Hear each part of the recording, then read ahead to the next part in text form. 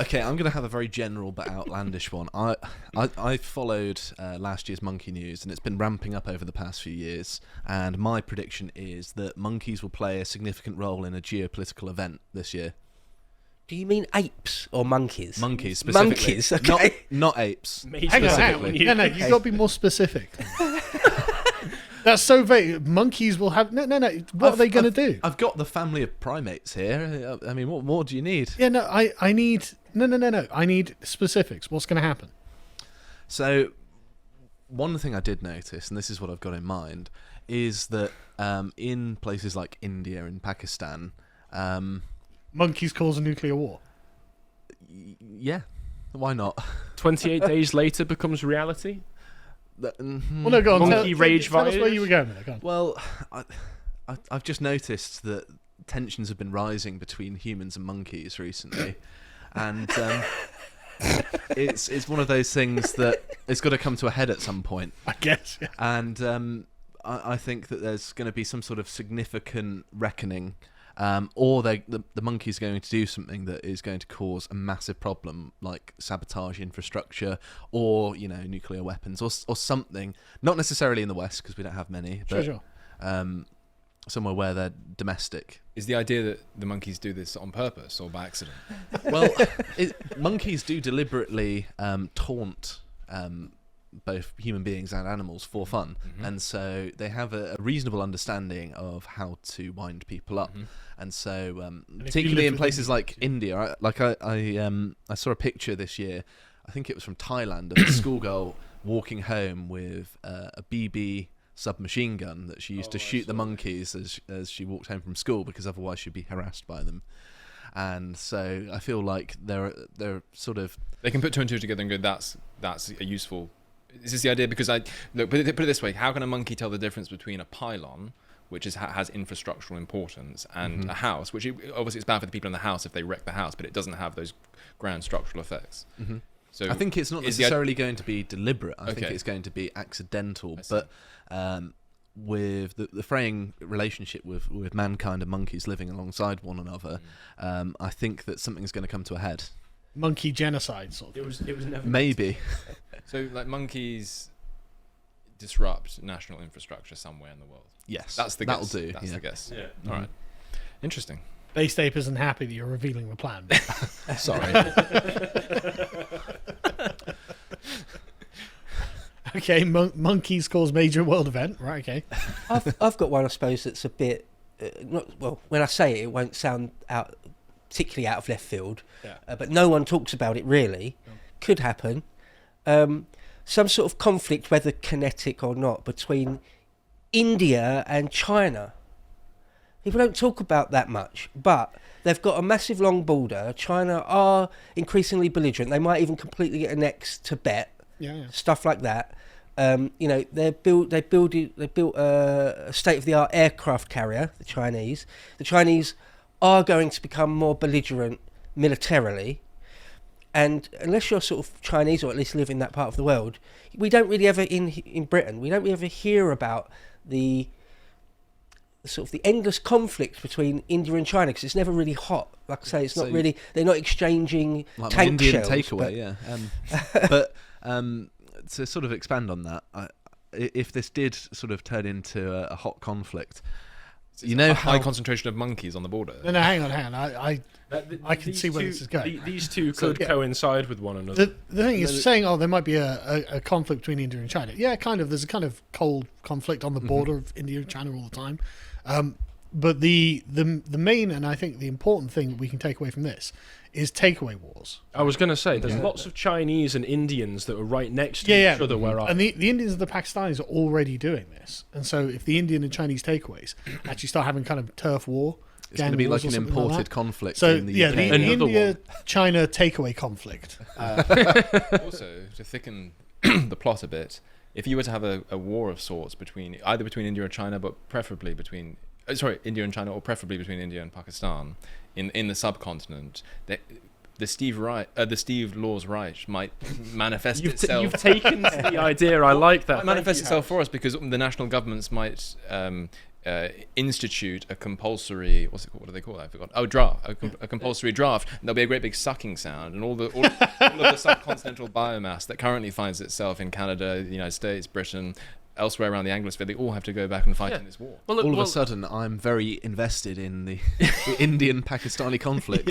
Kashmir belongs to India, guys. Imagine all of the Pakistanis might just get their bags and go, well, I've got to protect the homeland. Yeah, exactly. There you go. Well, how weird is it in Britain? You'll have a Chinese takeaway, but it's staffed by people from the subcontinent. Yeah. You got I've never kebab seen shops. that. I've never seen You've that. never seen that? No. Really? Is that a London What thing? about kebab shop? Is London And they're like, that it's deracinated? Indian people or Pakistani people running the kebab shop or a Southern Fried Chicken style outlet, and they're all run by Pakistanis. Shops where I'm from. In Plymouth, we're old-fashioned like that. We've even had English-run Chinese takeaways before down my neck of the woods. But I've seen a few of those. what I was going to say is that if this does escalate into a hot conflict, you know how South Korea drops leaflets to the North Koreans? Yeah. The Chinese might start dropping toilet rolls, or perhaps even toilets themselves onto the Indians. What if the Indians start sending suicide monkeys over the border strapped with bombs? Unironically, we'll see two them like the things streets could- of like Leicester or something. Indian and Chinese gangs coming from takeaways and fighting. That's. And the smell's going to be terrible. I've got to say, I side with the Chinese takeaways in the Indian-Chinese takeaway war. I side with the Indians. I prefer Indian food. Yeah, really. It's interesting. I like There's already a both. schism in the office. It's probably more hazardous, but when it's good, it's good. Well, Yeah, you've got to be careful. It's like roulette, isn't it? You know, if there's not an element of danger, it's not exciting. That's what I view my Indian metric takeaways is as. if there's lots of English people eating there, it's probably safe. If there's lots of actual Indian people eating there, no, don't go near it. Yes. Okay, so all right, let's move on. What about Russia? What do you think will happen with Russia this year? See middle square. Yeah, I'm with Harry on that one, that nothing is going to happen. Unless Putin has a heart attack or something, once again, he's going nowhere. Absolutely going nowhere. He's there until his health doesn't permit it anymore. Maybe. That feeds into the nothing ever happens box, though, as far as I'm concerned, because however much places like the Atlantic and the mainstream media in the Anglosphere like to lionize the Russian opposition as if there are just these sort of Russian Nick Cleggs waiting to take over once Putin comes into power. Putin's main opposition is to his right, and so someone of a similar caliber would just and of a similar mindset would presumably just slot it straight into that place. Yeah, might be a brief power struggle, but after that, Russia's not going to become like a leftist liberal democracy all of a sudden, is it? No. Well, the only heir apparent is that Medvedev guy, and has always been just a complete creature of Putin. Yeah. So let's just say Putin genuinely had a non-CIA induced heart attack and just died in the night tonight. Who would take it? Would probably be someone I've never heard of. Yeah. Or it'd be Lavrov. Yeah, him or Medvedev probably. And as it always goes with these types of essentially autocracies, until the guy is in the job, you don't really know what they're going to do or what they really think, because up until that moment they were always the creature of the old guy. Yeah. So it's very difficult to predict. I've been reading a book on post-liberalism recently, and I can't remember who it was by, but one of the points that the guy makes is that Putin is something of a Christian nationalist in his approach to things, and the Russian Orthodox Church is quite deeply entwined with the state to the point where they bless weapons and things like this, which is just cool. Come on, that is awesome, right? I would love it if the Anglican Church had a bit of fire in their belly and were actually blessing the weapons of the military. Like, and I say this as an atheist, that is just awesome. That's moving into like Warhammer territory. This is where I want to be, right? And so I don't think Putin's going anywhere, but maybe some sort of I don't know, crusading sort of spirit. The West is degenerate, atheist, leftist, satanic. Maybe they could start being a bit aggressive. Well, I think there's a sense in which the extent to which Russian revanchist nationalism leans into its sort of Christian heritage is a bit of a cope. Sure. And I don't think Russia. I mean, it's also a kleptocratic, A lot of things in corrupt, Russia are corrupt hellhole. And I believe there are more abortions in Russia than in Probably. many other places in even in Eastern Europe. There's this idea that there is this kind of vanguard of everything that's Christian and trad, or that's just a bit of a. No, I'm not saying that it is. Yeah, I don't think that's going to happen. Sure. Blessing weapons is just almost straining too hard. Sure. I don't know. We'll see. I don't know. I'm in the nothing ever happens camp on Russia. Mm. The war will be wound down, and I hope it is, because far too many people are dying. Do we reckon anything in particular might happen with Zelensky on the other side? Mm-hmm. He might meet an unfortunate end this year. Oh, Zelensky will be hired by Facebook or something. Yeah, that's probably more likely. Yeah. Zelensky becomes fun. tech bro.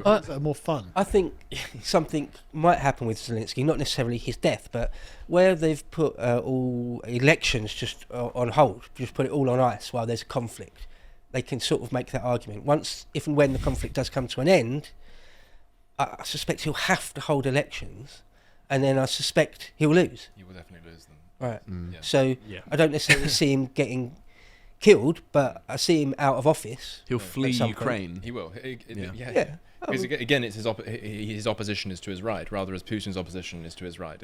People will be pissed off at him for being insufficiently nationalistic and insufficiently hardline, not getting enough money out of the Americans, not getting enough money out of the. Jeez, imagine NATO. that being the criticism. So I didn't get enough money out of the Americans. That will be it. I know, but come on, bros. Yeah. It was been like 40 bloody. How much? 400 billion or something, isn't it? He'll get a book deal, get a Netflix document, Yeah. and then he'll live in he'll California. go live in California. That's what's going to Yep.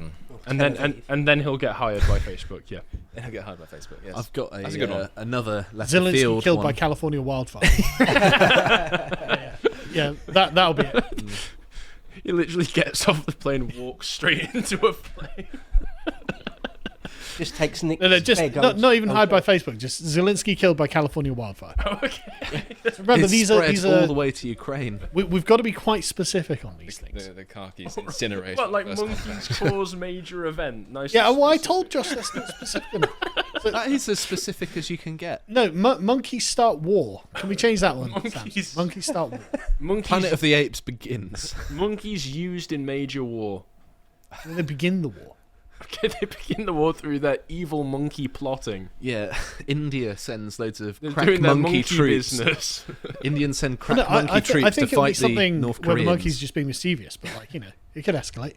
And remember that there are a lot of gin-brained people in the the Middle East and Asia. But what a monkey drops a coconut on the leader of Iran, A lot of them would that? literally. and then it finally Or kicks tensions. off between Khomeini, Iran and yeah. Israel. With Russia, I'd An like to unladen swallow. Yeah, thanks to the. I'd like to change the Russia one to Russia Begins Crusade. I think Russia- I would like to see it. I'm not saying it's going to happen. Like I said, these aren't predictions. Okay. These aren't predictions. This is just random bullshit. Well, no, literally, like in the vein If of you get Russia Begins Crusade, why can't I have my Steve Laws right? because that's just not going to happen. There's no possibility. But monkeys start war. Okay. Well, that's the most feasible on the board. Yeah, I think that's more feasible. Is the crusade? They start Christianizing Europe militarily. That's Yes. What, Yeah. okay. Yeah. Right. Okay. Iran. Then someone mentioned Iran. They're the kings of See the nothing middle. ever happens. They are. They are like number one. Oh, Israel has shot us again. Well, look who we're not going to kill this time. I tell you that. I mean, they last fired- strike that Quick, they did- fire more missiles at them to drop on Palestinians. But that last They strike killed one actually. Palestinian in the West Bank. That was it. Yeah. No, but that was genuinely impressive on how they managed to avoid everything. Like, no, we're going to fire 160 missiles and 0 will hit. It's like, that must have been like, right, we've got this, guys. We've got all the calculations planned. It's going to literally hit nothing. Oh, you killed a Palestinian. Ah, shit, well, Next time they do it, they need to paint Acme on the side of the missiles to just play really into character. Well, I mean, I suppose the question is, do the mullahs survive the year, right? Yep. Yeah, they will. Yeah. Almost certainly. I think they would survive a nuclear exchange at this rate. They're like cockroaches. Well, They that's just perfect. survive everything. Well, I don't know, man. I know lots of Iranians, and lots of them are like, yeah, everyone hates these mullahs. And also, American sanctions on Iran are likely to come back again Yeah. in a That's true. much tougher way. Trump will be a lot. That will make the regime even more unpopular. Yeah. The Islamic regime. I think we could. I think Iran becomes sexy again. that, yeah, Iranian women get to wear bikinis. Again. Yeah. Iran becomes worse. Has anyone looked at the demographics of Iran? This concerned me recently when Haven't I looked at it. I thought it was much more homogeneous than in fact is. It would be. Not that I want to see a regime change in Iran, but I sort of thought, is this going to be a sectarian shit show like Iraq? Or is there enough in the way of sort of solid, homogeneous Persian identity that once those dreadful bearded mullahs are out of the way, the transition to democracy will be a little bit more seamless because you have that homogeneous foundation. And Iran, people forget this, Iran's population is disproportionately young because the Iranians made a point in the aftermath of the Iran war of incentivizing, because they lost loads of young people, incentivizing a big birth rate. And so I think something like half of Iran is like under 40 or something like that, which is pretty impressive. Yeah. And they obviously generally tend to be plugged into Western culture because satellites are much more, it's much easier to get hold of a satellite in Iran than in Iraq, so they can watch, Jimmy Kimmel or whatever they're into, and they're less likely to like the mullahs. And so I thought, maybe this could be a little bit more seamless than Iraq. But then I had a look. The Persian population of Iran is only about, it's like 57%. There are all sorts of little ethnic groups. I think it would be another shit show. Like a Yugoslavia. Yeah, a Yugoslavia type situation. Well, lots of Middle Eastern countries are like that, aren't they? Yeah. And one of the things that I think people would have to realise about the whole of the Middle East is part of the reason there's so much conflict is that the nations are too big, basically. Yeah. They need to be smaller if there's to be stability, which I don't see happening personally. No. So, Bo looks like he has something to add. Well, if I had to make a prediction, it might not be in 2025, but if I had to make a prediction about Iran, whether, i.e. nothing ever happens or the regime is changed in Tehran, I would err on the side of that it is changed. Because, I think the mullahs of Tehran are like all sorts of authoritarian regimes where right up until almost the last moment, it looks like there's no way they'll ever be ousted. CIA, and then they just are. Soviets. They're just like, what? Yeah. I think it's one of those things where the Shah of Iran was deeply unpopular. I'm talking back in the 40s, 50s, 60s, and into the 70s. And then when the Islamic Revolution happened, that wasn't sort of, it wasn't 80-90% of the people wanted that at all. And I think it's a good point that most of them are young. And I think because of the modern world we live in, including a lot of Iranians, they've got phones, they've got the internet. They don't want to, I don't think, I might be wrong, but they don't want to live under some sort of really, really old-fashioned authoritarian theocracy. I don't think they want it. I think my prediction would be at some point in the next 5 to 10 years, those mullahs are replaced with a much more normal. A much more normal type of government. Slightly more secular, maybe. And if if Israel do decide to do massive sorties again and again and again, eventually that will have an eroding effect on their authority. Okay, well, since we're on that then, Israel. Who wants to go first? If you would like to see the full version of this premium video, please head over to lotuseaters.com and subscribe to gain full access to all of our premium content.